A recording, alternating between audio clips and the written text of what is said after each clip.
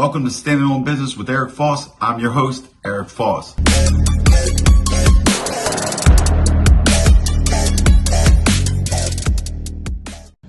Good evening, everybody. Welcome to Standing on Business with Eric Foss. I'm your host, Eric Foss. All right, guys, as you see in the thumbnail, we're going to be talking about something tonight, a case from 2010. This has to deal with John Gotti Sr.'s grandson. His name is also John Gotti. So for this, we'll just call him like John Gotti the Sixth, because there's a bunch of John Gottis in that family. But the grandson is also named John Gotti. He is actually Peter Gotti's son, who is the son of John Gotti Sr., the Teflon Don. He's actually his youngest living son. Okay, so his son is named John Gotti. He also has another son named Frankie Gotti, who is also involved in this incident that we're going to get into talking about this breaking into a house recently, the house that got broken into recently, and the assault charges. But let's start back in 2010 with the incident that they say John Gotti's grandson ratted on his friend. Now, here's why this incident is brought up. Okay, just in the recent last week, within the last week or so, John Gotti the Sixth, the grandson, his apartment that he was renting was broken into by his wife's brother. Now, the wife's brother was arrested for burglary and stealing some cash and some other items and stuff like that. And after he gets out of jail, I guess he went to Gotti the Sixth, the grandson's tattoo shop or something, and knocked some stuff over. So the grandson went looking for him along with his brother, Frankie. So the grandson and his own brother, Frankie Gotti and John Gotti, went looking for this kid who broke into the house. They caught up to him. When they caught up to him, there was some police there. They wind up jumping him or whatever, and we'll get into all that. But now, since this has happened, this kid has went and done 2 interviews. The first was an interview with Gene Borello, which I did live and I broke it down. Now today, I watched another interview he did with Jeff Nadeau. Okay, now, the thing I noticed on the interview with Jeff Nadeau is the kid didn't tell the exact same story. But one thing that came up, and especially in the Gene Borello interview, was because this kid who broke into the house, he had cooperated with the feds before against the guy Peter Trucchio. Okay, so this kid was a rat. Now, Gene made a comment, and this kid also made a comment, yeah, everybody's worried about everybody ratting, but they don't say nothing about the paintball gun incident when John Gotti ratted. And I'm talking about the grandson. So I said, damn. Now, today, somebody sent me the article. So I read the article. As you see in the thumbnail, the article says, and we're going to read this together, John Gotti's grandson rats out friends involved in pellet gun. Let me pull it all the way up. We'll read it together. Involved in pellet gun prank. Okay, so now basically what looks like happened, okay, it was around Halloween. Okay, so around Halloween, like we used to call it the night before Halloween, moving night, stuff like that. So I guess some kids were out toilet paper in some school or something like that. And John Gotti the Sixth, he was 17 years old at the time, him and 3 other friends or whatever, they pull up and somebody winds up shooting a pellet gun into the crowd or something. And we'll read the story. So here we go. Now this is in 2010. And here's how the story goes. And you guys can look this up for yourself because it's in the New York Post. When the 17-year-old Skyon was busted along with 3 pals for allegedly firing a pellet gun into a crowd of kids, Gotti snitched on the trigger man, according to police. Wow, sounds like he did rat. But hang on.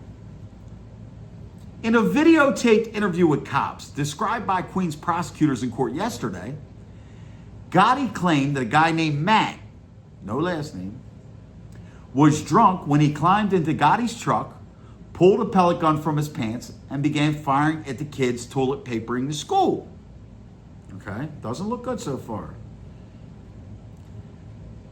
Now, it says, obviously, I'm very disgusted, the father, Peter Gotti Jr., told the Post outside the courthouse afterwards. This is his first and last brush with the law, which isn't true. The kid wound up getting in trouble 6 years later, and he wound up doing like 6 years in prison. I think we talked about that before, but let's just get into this. According to the DA, Gotti told cops, Matt knows I got into trouble for this. People know when I get in trouble, obviously, because his name's Gotti.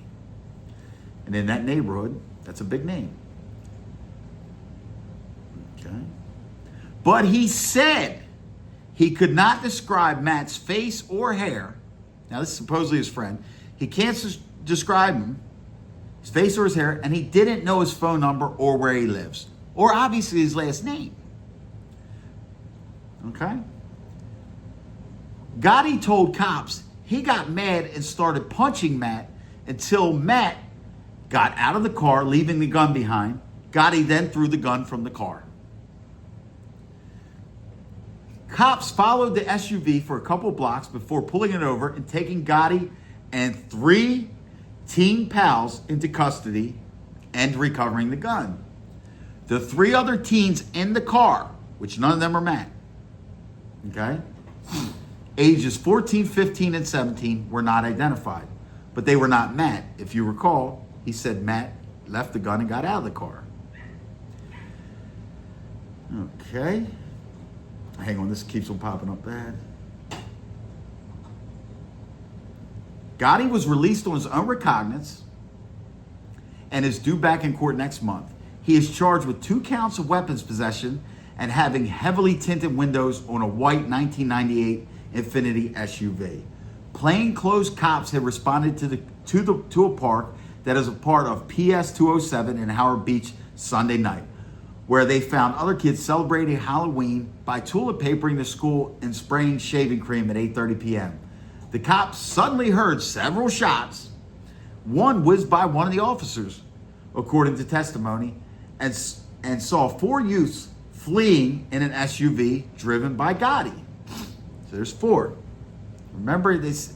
That's his 3 friends that aren't Matt and himself. Kids in the park and cops dropped to the ground and covered their heads when they heard the shots, according to testimony.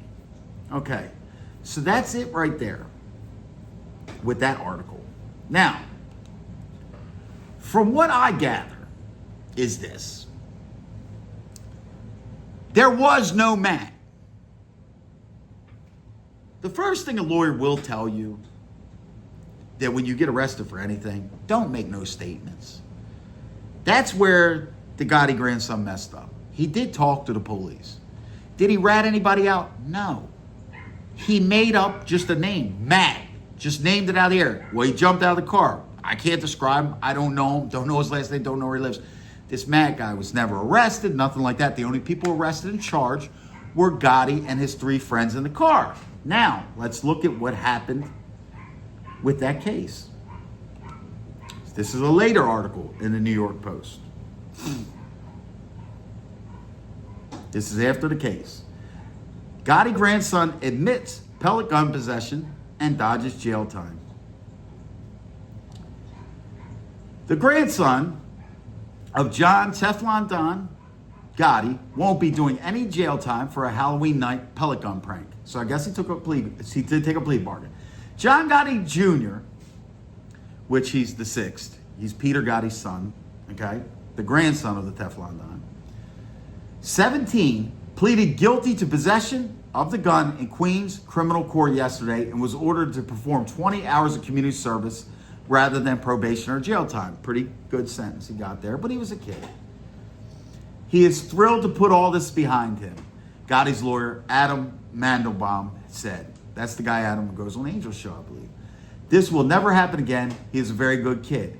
Gotti, the son of Peter Gotti Jr., was arrested with 3 pals at PS 207 in Howard Beach, Queens on October 31st after one of them allegedly fired the gun into the crowd of kids. Now remember, he's arrested with his 3 friends, none of whom is Matt. They're already arrested when he gives the interview and says some guy, Matt, jumped out of the car. but he never gives a last name, never describes him, never gives a phone number or an address. No Matt's ever arrested. He made it up. He was trying to trick the police. It didn't work. So,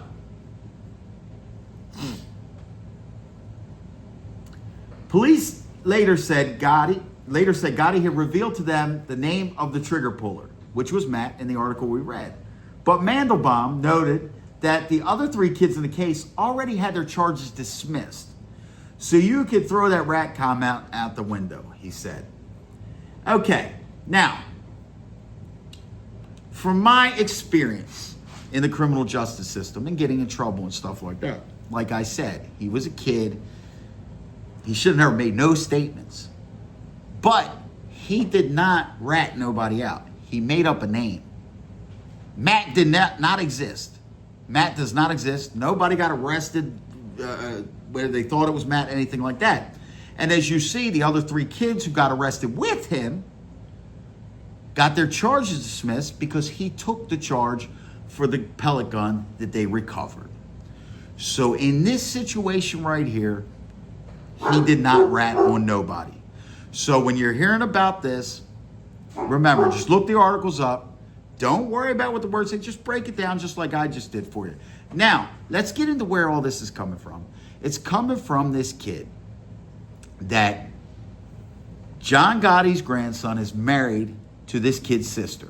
Now, what happened was there's been some problems going on between John Gotti's grandson and his wife. They're estranged.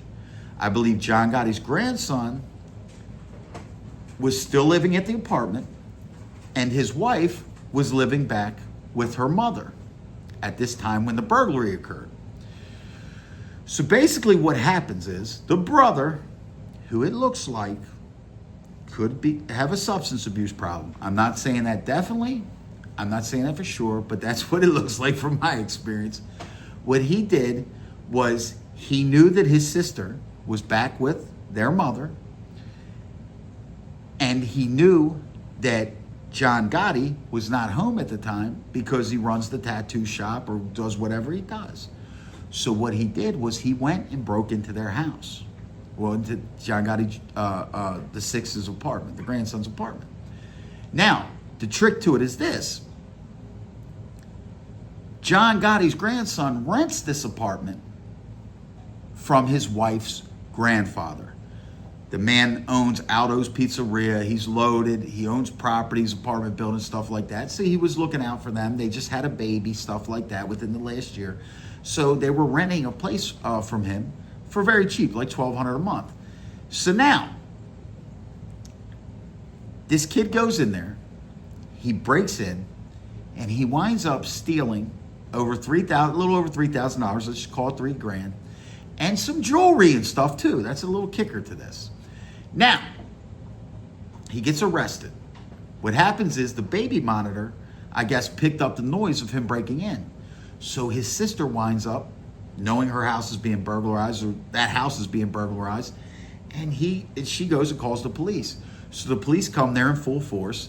They wind up coming in somehow through a window or a side door or something like that wasn't locked. They find him in the closet. They arrest him.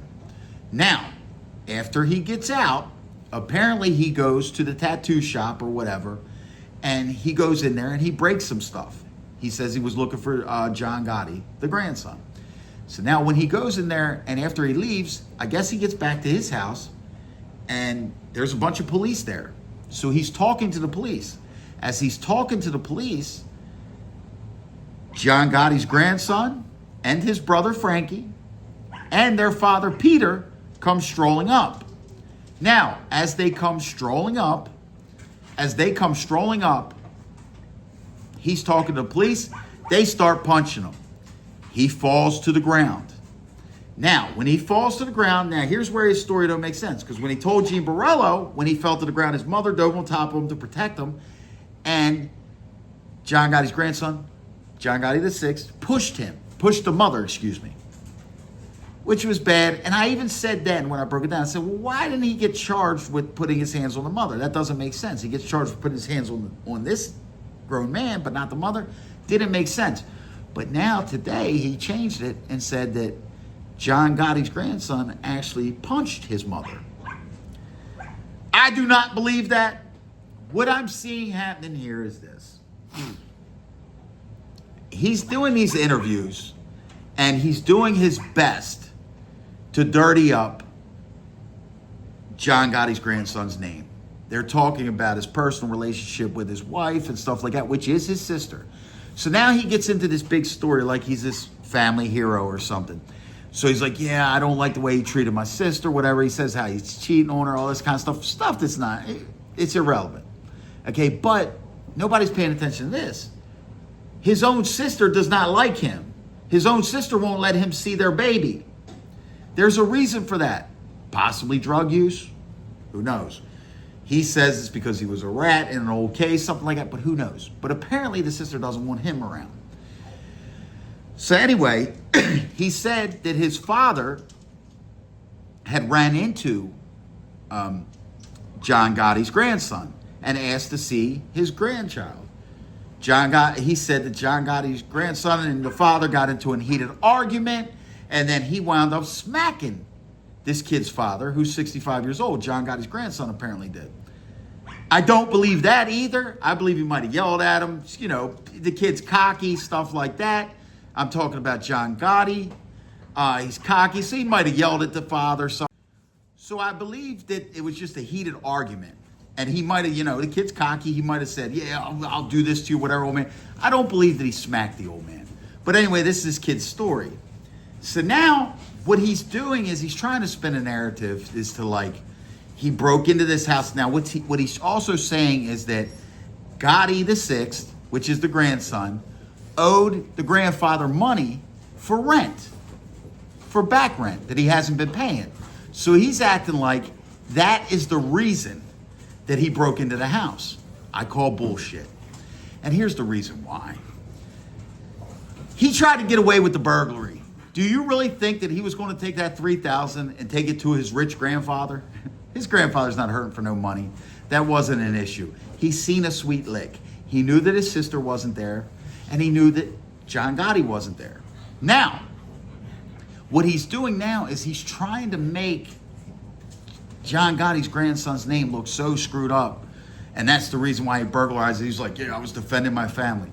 First off, your sister doesn't even like you. She wants nothing to do with you. So, and also this, if you're just going in there to get this rent money, you got the $3,000. How come you had jewelry and all kind of other stuff too? Guys, this seems like to me, and then they try to press the rat narrative about this pellet gun incident. They're trying to push that. They're trying to do anything possible to dirty up the name of Gotti's grandson. And it just doesn't sit right with me. I'm sorry about the dogs also. So it just seems like they're just trying, this kid's just trying to dirty up John Gotti's grandson's name as much as he can.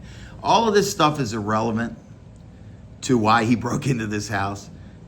From what I've seen, like I said, I'm very experienced in drugs. I was born into a drug environment.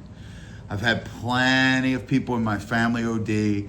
I was a drug dealer for many, many, many years, since a young age, stuff like that. I'm calling bullshit on this. The kid's getting high, it looks like.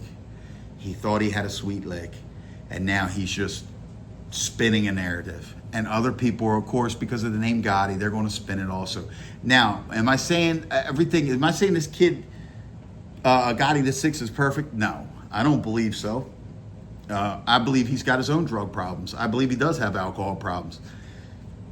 I've said that before. He went to prison for some drugs, some pills and stuff, and he cried about being a drug addict and all that stuff, got a really light sentence. So yeah, the Gottis are like that. They always will whine and cry, oh, we're getting blamed. But in this situation right here, if you just take the facts and break everything down, this kid is trying to dirty up the man's name. So from what I have seen and what we read, he did not rat on that paintball or pellet gun incident or whatever. I don't believe, like I said, facts will come out in courts and stuff like that. But if he would have punched this kid's mother in front of the police, they would have charged him with that, just like they charged him with punching the kid. Okay, now, do I believe he slapped his father? I also don't believe that. I do think he yelled at his father or something like that, possibly, but I don't believe that he slapped him. You know, I'm just calling bullshit on this whole kid's narrative. You know what I mean? You're going to see these interviews. You guys make your own choices. But from what we read, and you can pull it up yourself, it's in the New York Post. It's from 2010. You can read the articles yourself, but we just read them together. So no, I don't think that he's a rat. At least not on that. I don't know the rest of his life or whatever, but from what they're saying, no, he did not rat. He made up a guy, the name Matt. There is no Matt. Matt never existed. And at the end of the day, he was the only one convicted. Everybody else got their charges dismissed, and none of them were Matt. So no. So that rat narrative, it does not fly here. Okay, guys, thank you for tuning in. Please like, subscribe, and definitely share. And I'll see you next time. Just remember, until next time, always stand on business.